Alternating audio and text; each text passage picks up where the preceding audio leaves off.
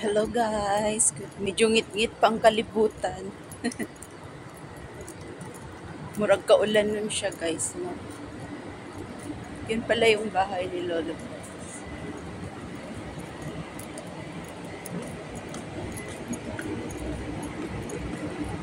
Dala-dala, jud ko payong kay mahadlok, jud ko maulan nun.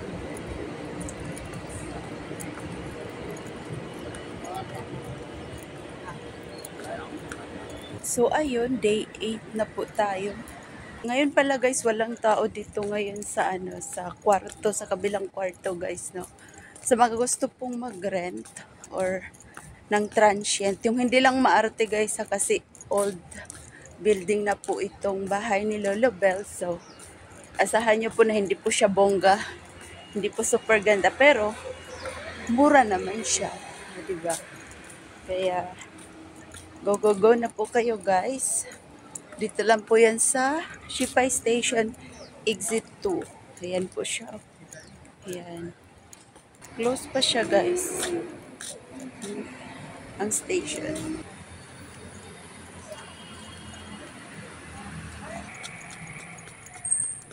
Yan, so storytelling na naman tayo ngayon. Dahil napaka-boring naman kasi maglalakad na wala kang kausap. Tsaka nag-video-video ka pa. Ano guys, yung pangalawa kong employer, nag-transfer na ako nun sa agency ni Sisikoy Rosalie Paurom. Kasi nga, maganda daw yung kanyang agency kasi yung may-ari sa Pinas, yun din yung may-ari dito sa Taiwan. So, yung ginawa ko, pumunta ako dun sa binigay niyang address. So, ayun, another gastos na naman guys. Kaya kapag andito kayo sa Taiwan at gusto niyong umuwi, dapat maghanap muna kayo ng panibago niyong employer bago kayo umuwi, no? Huwag kayong umuwi na wala kayong pinirmahan na kontrata dahil medyo mahirap. Gagastos kayo ulit guys. Panibagong gastos na naman. Labas na naman ang pera galing sa bulsa. So yun po yung advice ko sa inyo. Maghanap muna kayo ng bagong employer bago kayo magbakasyon. Isang taon lang naman, pwede na magbakasyon, di ba? Kaya nakasabayan ko yan sila ni Dailized, sila ni Kuanday Marian, sila Inday Journaline. Marami akong kasabayan na nagtagal din talaga dito. Yun. Tapos, doon ako sa Taoyuan, sa pangalawa kong JO. Grabe guys doon. Napaka-generous ng boss kong lalaki. Napaka-kuripot ng boss kong babae. Yung lula ko pa, grabe kay kusog kay tingog. Suplada kay guys. Kamakin mo ba naman? Pag nasa labas kami, gusto niya doon kami lagi tumambay sa palengke. Yung mga kaibigan niya, siguro napapagod na rin kaka-entertain sa kanya eh. Meron yung mga paninda. Parang hindi na nagre-response sa kanyang mga chika. Kaya nafe-feel ko na parang ayaw nila ata makipag-talk sa aking Lola Bells. Kaya ginawa ko. Sabi ko, uwi na tayo la. At saka timing din naman kasi, 11 na yun. Pasado 11 na yun. Magluluto pa yun, di ba? Ng lunch. Dati kasi, nagluluto ako or di kayo nag-assist ako. Yung maglinis-linis ng mga gulay, ng mga karne. Yun yung ginagawa ko kasi alam naman nila na hindi talaga ako magaling or marunong magluto. So, si madam yung nagluluto. Naku, grabe. Sa buong tulak ko sa kanya sa wheelchair, guys. Grabe yung bibig niya guys talaga. Pinapahiya niya ako. Oo. Ano daw ako, yung hindi daw ako mabuti, yung mga ganun. Sinisiraan niya ako. Eh, syempre, wala lang yun sa akin kasi naiintindihan ko matanda na yun. Pero syempre sa kaloob-looban ko, masakit yung mga sinasabi niya. So, wala lang yun, di ba? Dumating yung araw na napitray din siya. Na-stroke kasi yun siya eh. Doon ako nahasa sa pagtrabaho talaga sa mga pasyente ba. Nag-train.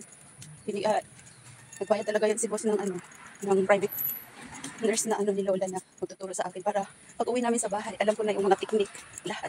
So, yun. Big help din yung second employer ko na yun. So, hindi naman maganda yung pagdating sa pagkain. Yung giniling, tapos parang lagyan lang yung parang labanos ba yun na kulay yellow ata yun na tadtarin mo ng tadtarin. Pipinuhin mo siya. Tapos, yun lang yun, init-initin mo sa isang linggo. Sarap nga itapon para sabihin na, ay, bili tayo ulit ng ibang food. Pero nareklamo ko yun guys. Nareklamo ko yun sa aking agent. Sabi ko, hindi ko kaya yung ganitong ulam. Pinuntahan ako doon. Tsaka kinausap yung madam ko. Kasi yung boss ko naman wala namang problema. Sabi niya, kinakain naman nga nila. Pero iba talaga guys. Pinicturean ko ngayon eh. Lahat ng pag meron akong nakikita hindi maganda, pinipicturean ko na yan. Pinapakita ko sa agent ko para at least alam nila, di ba? So kung hindi nila ako tutulungan, hindi. Bahala sila. Basta ako, kung ano nakikita ko hindi maganda, talaga, tumatawag ako sa kanila, hindi kayo nagme-message. Tapos, yun na. Hindi na Okay na, binigyan na ako ng food allowance. Binibigay pala sa akin is 100. Hindi ko na maalala, 100 ata yun. Kasi, yung breakfast naman, may bibigyan naman siya ng kape at tinapay. So yun, bali, tag 50 daw. Tag 50 daw per kain. Diba sana all pa yun, kuripot kayo siya. Grabe na, ang dami ko na rin nag-experience doon. Politika pala yung boss ko. Napiang lang siya. Yung nahulog kasi siya from second floor sa kanilang bodega ba. Kaya gapiang-piang na siya. Oo. Grabe. Sumasama ako sa camping nila. Guys. Tapos nagpapakain sila every day. Shoutout na pala kay Best Eileen. Yan, kapag ayaw ko ng mga food doon, dinadalhan niya ako ng food. Napakabait nun. Tapos dati umuutang din ako niya sa kanya. Oo. Tangera no. Huwag siya na ako nangungutang pag alang-alang ko ba sa budget. Mabait yan. At marami siyang ipon. Mas malaki yung sahod niya sa akin. Yan. Yung meron pa pala yun guys, yung experience ko kay Lola. Babatuhin niya ako ng tumbler niya. Tapos, umaga yun. Pag guys, pagising na sa umaga, mag-toothbrush niya, hilamos. Gusto niya nang pumunta doon sa gusto niya pumunta doon sa park. Diyos ko, hindi ka pa ba handa? Pero sige na lang.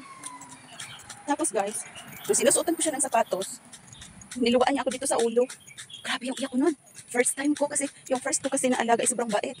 First time ko, ganun yung sa akin. Ito yung babatuhin ka ng tumbler, yung duduraan ka sa ulo. Diba?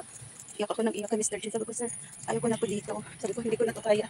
Kasi sabi niya, tapos grabe talaga yung iyak ko. Sabi ba ni Mr. J, ano ba yung nangyari sa'yo? Meron bang dugo? Ano ba? Nasugatan ka ba niya? Ganon.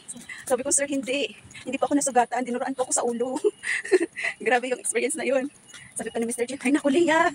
Ano ba yung pinunta mo dito? So, work ko. Ano ba yung trabaho mo? Caregiver po. Dapat mahaba yung pasensya ng mga caregiver kasi nag-aalaga kayo ng elderly. Mostly pa yung mga alaga niyo may mga sakit. So, naiirita yan sila lagi. Kaya kailangan niyo ng mahabang pasensya. Grabe guys. Kaya, pinabaan ko na naman yung pasensya ko guys. Tapos, winter yun. Sobrang lamig talaga guys. Ayaw ipagamit sa akin ni madam yung kanyang washing machine. Ayaw niya ipagamit yung washing niya guys. Ewan ko ba dun sa kanya, parang buangit yun. Ewan ko dun sa kanya. Ayaw niya talaga, sabi niya, ay, ipapagamit naman yung washing, pero para lang sa mga damit namin, ayaw niya ipagamit sa asawa niya. Kasi may mga igiting. Natatay kasi minsan yung asawa niya sa pantalon. Kasi nga, di ba na-disgrasya yan si sir. So, ayaw niyang ilagay doon direct sa washing. Gusto niya i-hand wash ko or i-brush ko yung mga pantalon. Tsaka diretsyo na And meron namang dryer doon. So, i-high na lang ba? Sampayin mo na siya after mo labahan. That time, super lamig kasi nga winter. My God, guys, namunot ko ang kamot, guys. Pag binrush siya sa likod, tumawag na naman ako sa agency ko. Sabi ko, Mr. Chen, pinapalaba ako dito sa labas. Sobrang lamig. Sabi niya, mag-gloves ka ah. Sabi ko, hindi po siya nagbigay sa akin ng gloves. So, yung ginawa ni Mr. Chen, timing. Super lapit lang siya. May pinuntahan din siyang trabahante niya. Or yung niya pa under sa kanyang agency. So, malapit lang sa akin. Kaya sabi niya, sige, punta ako dyan. Andyan ka pa ba sa likod? Sabi ko, opo, sir. Parang 3 pa ata yun. Ang laki ng boss ko. Kaya medyo matagal. So, yun. Nakita ko ni Mr. Chen doon na ang lamig-lamig. Nag-brush ako. Sinabihan siya na, baka kukunin ko to. At hindi na kita dito. Bibigyan pa ng trabahador. Or hindi na kita bibigyan ng caregiver. So, yun. Galit na galit yung si boss. Kasi lagi yun nga doon sa Kasi may campaign siya eh. Nagpapatakbo siya. Tumatakbo siya ng politika. So, na-okay na yun. Tapos, doon na tayo sa pagtakbo ng boss ko na pagiging politika niya dito. Actually, dati daw, yan dito. Dati daw, nanalo na daw yan si boss. Kaso, na-stop lang dahil nga sa na-disgrasya siya. Pero, grabe yun, libot namin yung buong Taoyuan sa mga bundok-bundok guys. Nalibot namin yun, bibigay kami ng mask, sticker, na may sticker ni boss. Ako pa yung nagdidikit nun, tapos pag natapos ko yung, pag may natapos akong isang box, binibigyan ako ng pera. Extra din yun. Tapos pag hindi ako nag-day off doon, binibigyan din ako ng extra money. Tapos yun na nga. Ayun na nga guys, na siya. Okay na yun.